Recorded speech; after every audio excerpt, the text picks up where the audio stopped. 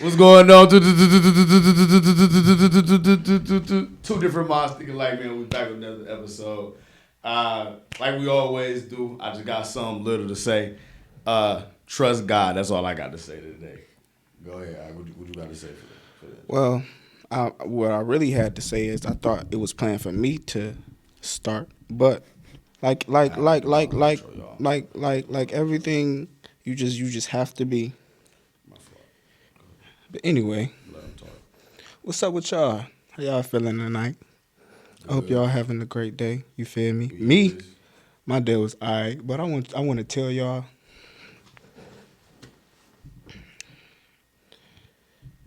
Whatever little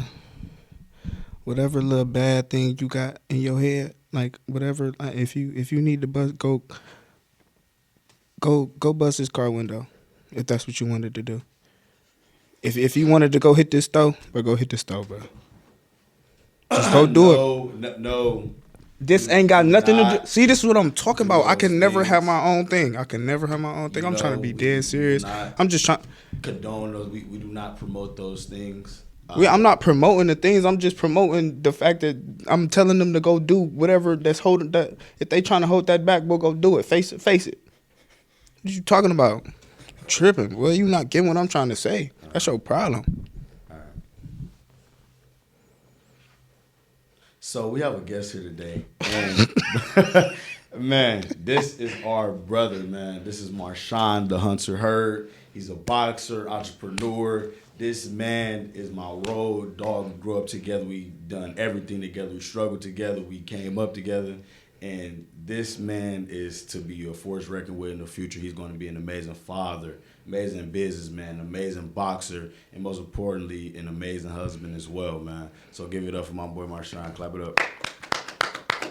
I appreciate it. I appreciate it. Yeah. He crazy. No, for sure. But dang. He crazy. My nigga donut was glazed. Amazing father. Like what, boy? All right, man. So deserve none less. what he said. My name Marshaun. For those of you who don't know me, I'm a brother of theirs. Surreal entrepreneur, like he said, a professional boxer. And he really gave me the introduction that I really was, looking forward to and I really needed. So I don't really got nothing more else to say. Just, let me make sure y'all like, subscribe. Hold on, look.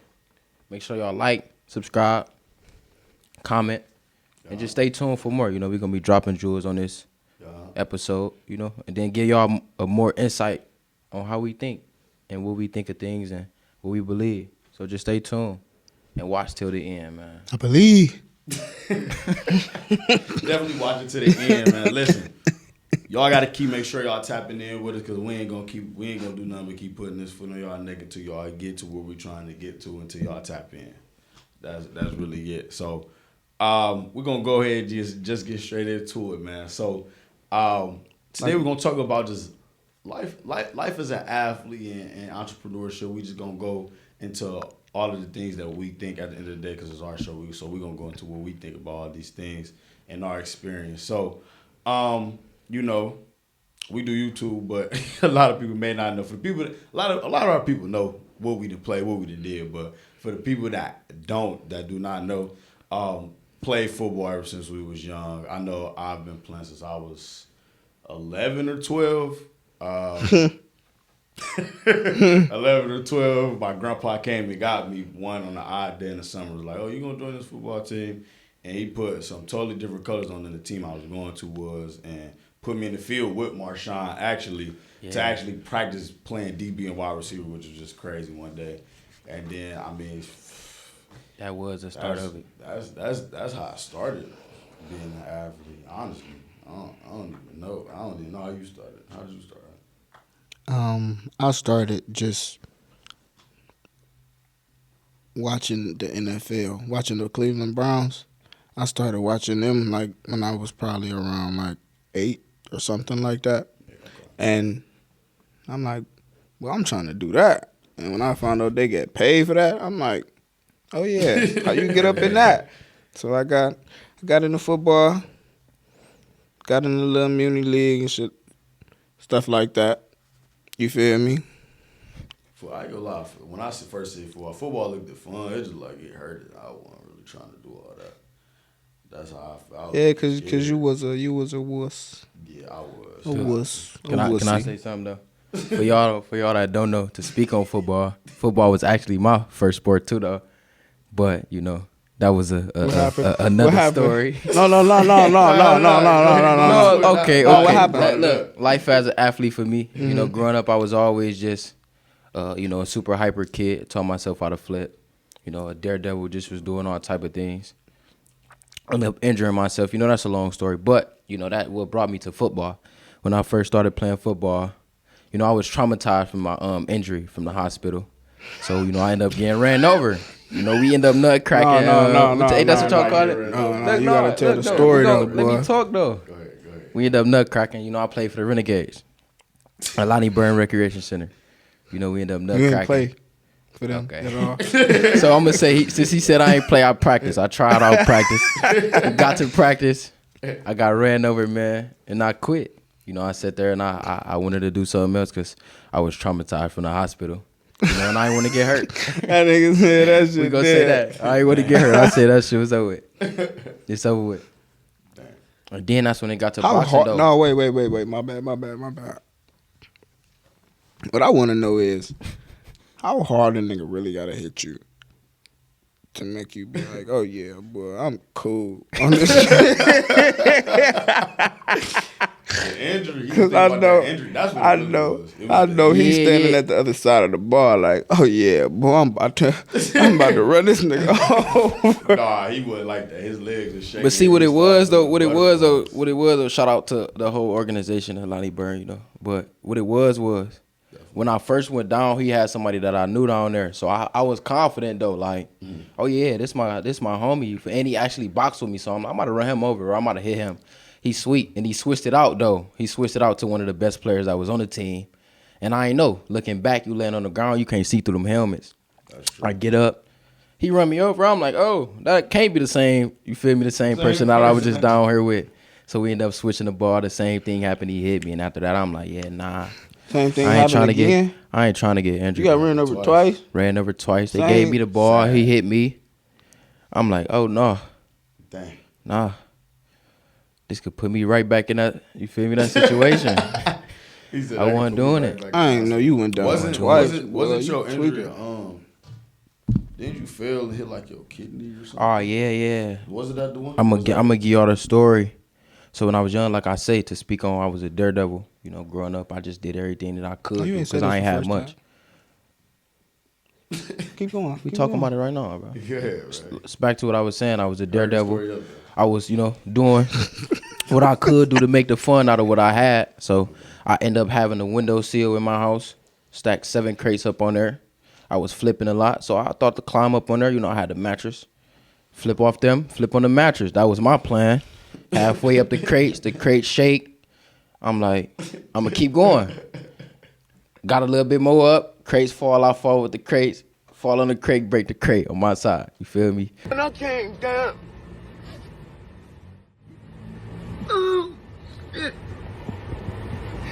I'm trying to make y'all understand what I'm saying.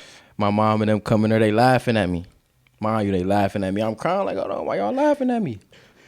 A couple days later, I wake up, could barely move. I end up, actually, I don't know if y'all know this, but I end up collapsing in the hallway, peeing on myself, crying. Then my mama had found me. That's when we had her. She had to carry me to the hospital, too. Shout out my mom. Strong mother right there, and I love her. I appreciate her, for sure. What made She your got me dumb there. ass? What'd you say? What made your dumb ass say, okay, I'm about to go do some flips, stack hella crates up, get on top of them bitches, Oh my god. and try to jump off? This was the thing, though. You got to understand, like, growing up for me, bro, like, you had a game, though, probably. I ain't had no game. did. Right. Yeah, so you we feel me? got- I ain't had no be game, outside. so That's true. I wasn't even outside, bro. And I grew up, you know, my sister, so Okay. you know how that go. You gotta make the fun out what it is as a boy. And I taught myself how to flip, so I was just That trying to go. wasn't fun, was it? It wasn't though. I bet it wasn't. Not, It wasn't I ain't gonna fun. lie. But getting back into it, just life of being an athlete, we all grew up doing all type of stuff, being outside. Well, at least I don't know about what Caleb was doing. He was a fat kid, but yeah, me and Marshaun, we was outside Yeah. What? running around in the hood, Longwood, 30th, 33rd. For everybody that know, y'all know, and it was fun. But then when I finally got into it, football took me a long way. Took me to college, then I stopped. But still got that experience a little bit, just the environment, the atmosphere.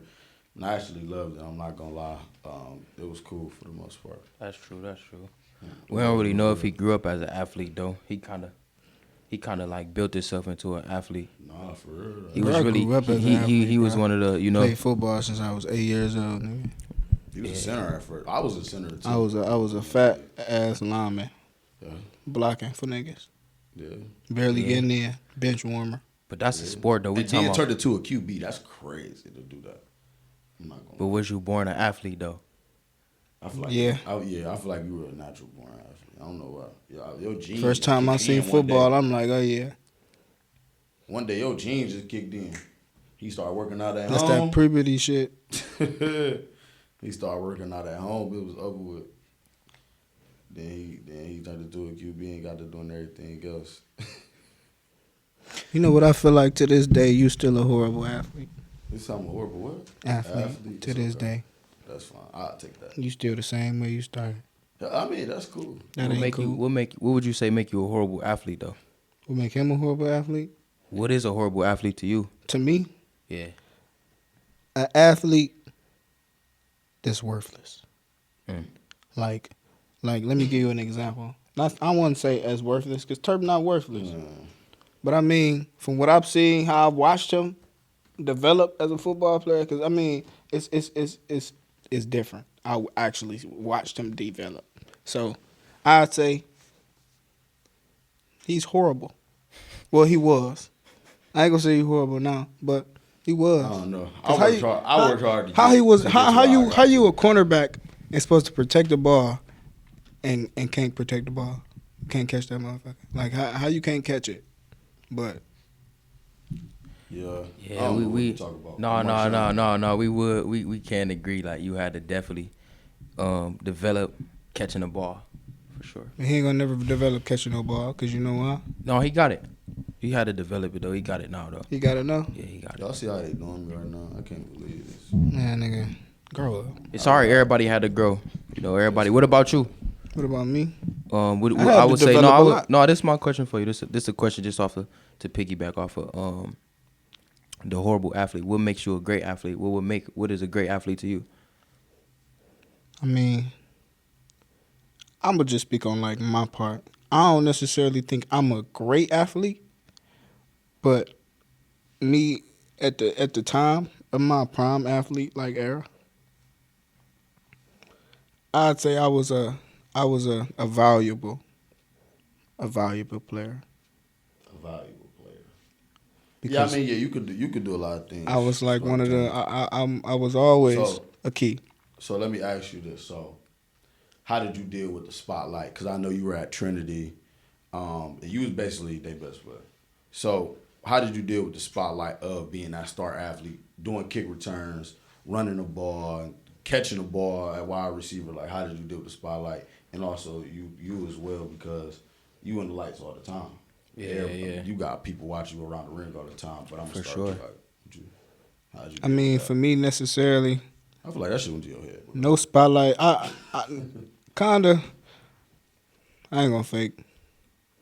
I took an advantage of that shit. You took For advantage sure. of it. For sure. Boy, Especially in the everybody was schoolhouse, like, you was getting grace in the schoolhouse. well, what? I know you was. everybody knew I was him. face on the school, all that. Well, I Listen, was him.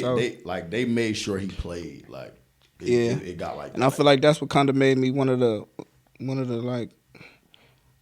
Well, I was just kind of like one of them greedy players that always kind of wanted the ball, kind of wanted to be in, because I got used to playing all the time. So like when I didn't, it was like, boy, what's going on? Yeah. Especially when we was losing. If he was losing and I wasn't playing, boy, I tweak. you would be sorry. Yeah, merch on the day. I ain't never had to deal with that. I was always in, even though COVID kind of messed it up a little bit, but I was in for the most part. I ain't gonna lie, I haven't really had like too much spotlight, but like whenever it came to like good games, like I always made sure I showed up. So that's the biggest thing, especially being under the spotlight, like showing up. That's what I say. That's how I say you got to really deal with it. Making sure that you there mentally. Yeah. I feel like spotlight for me goes back into, my younger days. I always grew up and I always wanted to, have what I seen or I always trick myself into thinking like, am I this or am I that? And for me, like boxing and anything that put me on the spotlight, it helps me prove to myself like I'm built for these moments, or I belong here, or this is my life. Because spotlight, I feel like once you get put on the spotlight, it's an instant question though. Like that's why everybody get nervous. Is he him? Everybody get nervous, and I feel like with nerves, it's more so like anticipation. And like That's true. expectation as well, because it's like all you can think about is what if. Yeah, What if. Because really, when you nervous before like any big performances, any big events, it's because it's what am I going to do? Am I going to do everything right? It's not really about what other people think, and I don't really think that. It's really like, have I worked hard enough to be where I'm at, to show up where I'm at today? Like, But also, my bad, I don't mean to cut you No, off. you Also is what am I gonna do? Is if I'm gonna do everything that I said I was gonna do, or also think that I'm gonna do. yeah. So it's also that, like, you see the spotlight, you get in a moment, and you said all these things to yourself, to everybody around you, and you get in a moment, and you be like, nah, it's time to Really show to really show like everything I didn't say it myself. So that's also goes back into, like I said, make you question like, am I ready? But Really, for the original question you asked about, spotlight, I feel like I said, spotlight helps me just understand who I am. Because, in the heat of the moment, it ain't nothing but adversity. And if you can't take adversity, then I mean, you versus you type. Yeah. That's how. That's really all it boils down to. And then, like you say, as a boxer, it's all me. It's only me. It's me and my opponent. So, when you sell out them crowds, everybody coming for you. I actually spoke on this earlier with you. I was saying when we was at the barbershop. No. It's like being a rapper. When a rapper performed, everybody came to see that rapper. So just like boxing, all eyes on you. And it'd be a lot, but for sure shows me that I'm built for it every time. Because I go out there just and be perform. like, you just being that bitch boy, just boxing and shit. And like, but you got to think about it though. It's like 30,000 people. So like a nigga hit him with a right. Yeah. See, that's the thing though. Like, Kick his ass. That's how big. Whoop his ass. That's how big. Like when Marshaun fighting, everybody. Whoop his tuned. ass. Everybody tuned. Everybody like, oh my God, Marshaun. That'd be me. But that's why as a like, fighter, you understand that you got to hear certain voices. Like, But you the type of nigga that'll listen to. Well, I ain't gonna fake. Is it like easy to block that shit out, or is it hard? Because like you obviously hear it sometimes. You obviously hear it though. But it's like, for me, I done been in the ring so many times. Like I already know who that is. So it's like, once I know that, I heard that voice so many times. Yeah, you won't when it's 30,000 people, but for the most part, you only gonna hear roars.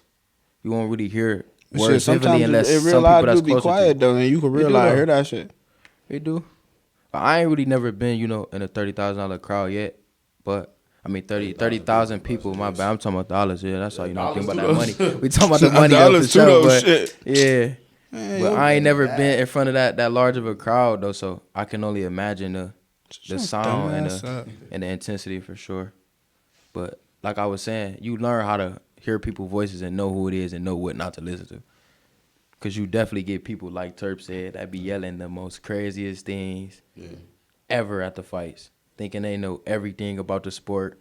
It'd be crazy. And even going through all that, so what keeps you going? Like what keeps you going in your sport, motivation in your sport? Because I know sometimes we have our doubts. For sure. Which I did with mine and which led me to stopping. But what keeps you going in your sport? Like how does that look for you?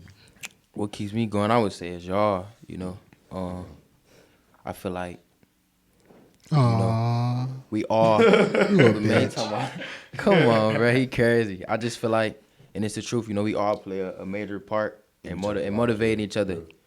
I look at y'all whenever I think about not doing it, I always think like, damn, like what they think or what they gonna say, or, even though it's all on me. But whenever I'm in that gym too, though, like whenever I'm just working out anything, I always think about y'all, not even y'all, just family. Right. Even myself, people who we've lost, just everything. You know, the sport itself keep me, you know, in it because it's like I love it so much. Every time I think about not having it, it crushed me. Feel me? And you know I can do things, you know, other than that, and you know become successful. Yeah. But when it come to always sitting down thinking about my dreams, it excites me. So I be like, okay. Okay, I got Yeah, you. you gotta. That Yeah, vision. that's what keep me That- going. your vision, yeah. The vision of understanding like Yeah. I'm gonna get this or it's gonna all pay out. Okay. You feel me? Yeah, that's It's true. gonna all pay off. Yeah, I'm glad Visionary. you think like that because you don't want to be out here selling ass. And ain't the route you Nah, want to you go. don't. Some Man, people, he is Some crazy, people don't bruh. give it to you too. No, I got a They random give it question to though. you I ain't rap. gonna fake. I got a real random They question give though. it to you rap. Do y'all be giving a fuck when like people be talking about y'all? When they talk, it bothered me. I ain't even gonna sit here and fake it. It bothered me, and it bothered me because Like a You nigga, don't know- like a nigga be like, big shirt ass. like stuff like that. I thought you meant like just Like being what you ass mean, at like in the store moment, or something. like Like or if like you walking haters. past, Like you got people walking hating on past, people just you walking past, boy. You walking past, and you just hear like a nigga be like, "Damn, your braids tight as fuck." What are you talking to? That's what I gotta say. Hold on. I'm like, you gotta cut. he not gonna pull it tight. He gonna ask one of us like, damn, my braids tight Bird, for so real. then gang." niggas gonna be like that. He ain't gonna be You like, my braids "Who tight you for real, talking to?" gang? See, that's the problem with niggas like that, boy. No, but to go back to your question though, I mean, do I care about? Nah, I would say I used to for sure a lot, but I understood like caring about what people think. It keep you in your own like in a loop of like just terrible thoughts. Because once you care about what somebody think, you sometimes believe those things about yourself to a certain extent. So that have you thinking like, damn, like I said, that have you really thinking like, damn, is my braids really tight? Or damn, my shirt. Yeah, how you Damn, overthink like, yeah, yourself. like Matter my of shirt. fact, let me show you this knocked out your video. position like Well, that. let me show you Yeah, this yeah. video on it. Not Let gonna me lie. show you this That'll video. definitely knock you out. And I ain't gonna fake it. for sure. People talking about me is what keep me going though, because now I gotta Well, prove you wrong now. Like, Well, speaking I'm of not that, gonna boy, lie. let me show you this video, Marshaun. Let's see about the show. I showed I'm not Turkish gonna earlier, boy. Between two kids. So I don't know what he doing, but he's showing this video of somebody talking about somebody. Put it up to the mic though, so they can hear it. Them talking about somebody. They talking about your long nose. Bruh, So it's a teacher on here reading a note about two students, what they said about him. Mr. M got hella nose.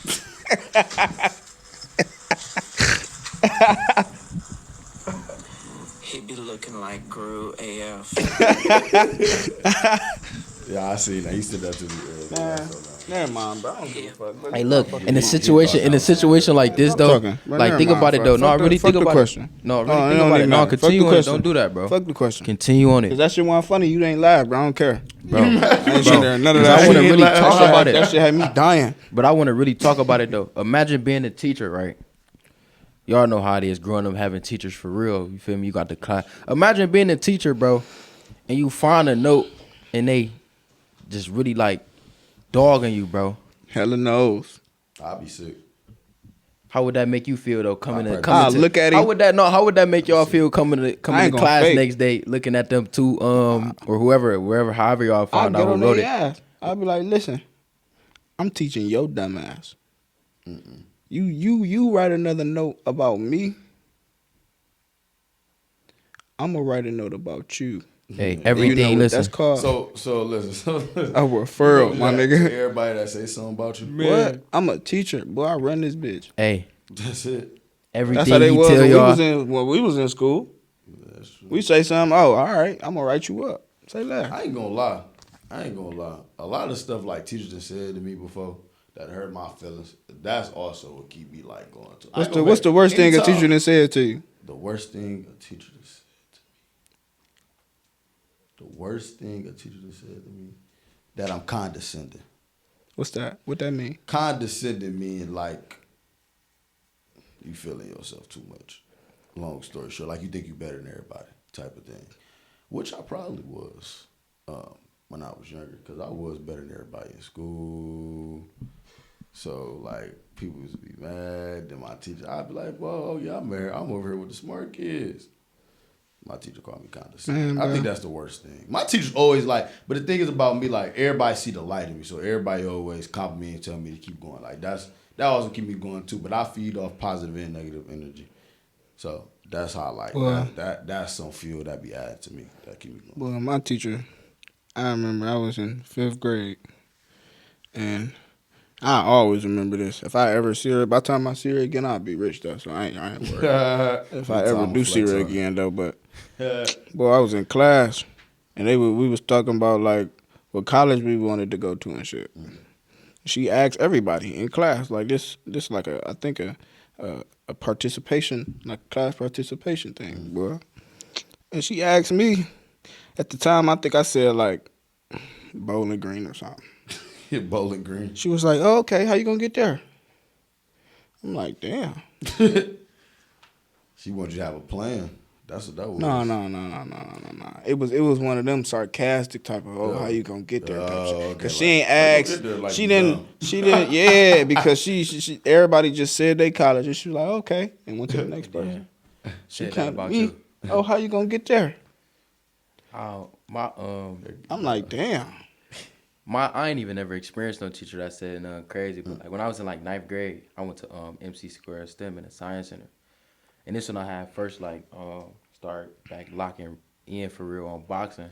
Yeah. And I was like, wait, pushing it. I forgot. I don't really remember how the conversation went vividly, but I said something about being on TV and boxing, and I think she said something like, "No, you not," or like, or something like in disbelief, like it ain't gonna happen. Teachers out there, y'all can be saying No, that I don't to think the she was a kids, teacher. bro. I think she was a. Whoever, No, she was a however, teacher. Any older was a people, teacher. She was a any substitute. kid got, But no, I think she was like the. any kid got dreams, bro. Do not back their dreams down, bro. That's real. You tell them how to get there. You don't say you can't do it. You say how are you going to get there and make sure you have a plan. But most times, you say though, things like that. But most times, people put their own fears and own, projections on people. That's true. I You know? agree with that. That's why I feel like everybody always tell us like, come on with backup plans and That's true.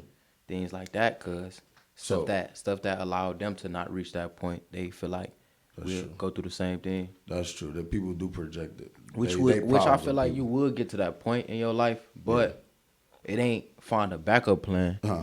It's find what's necessary to make plan A work when it get hard, or whenever in any situation. I got you.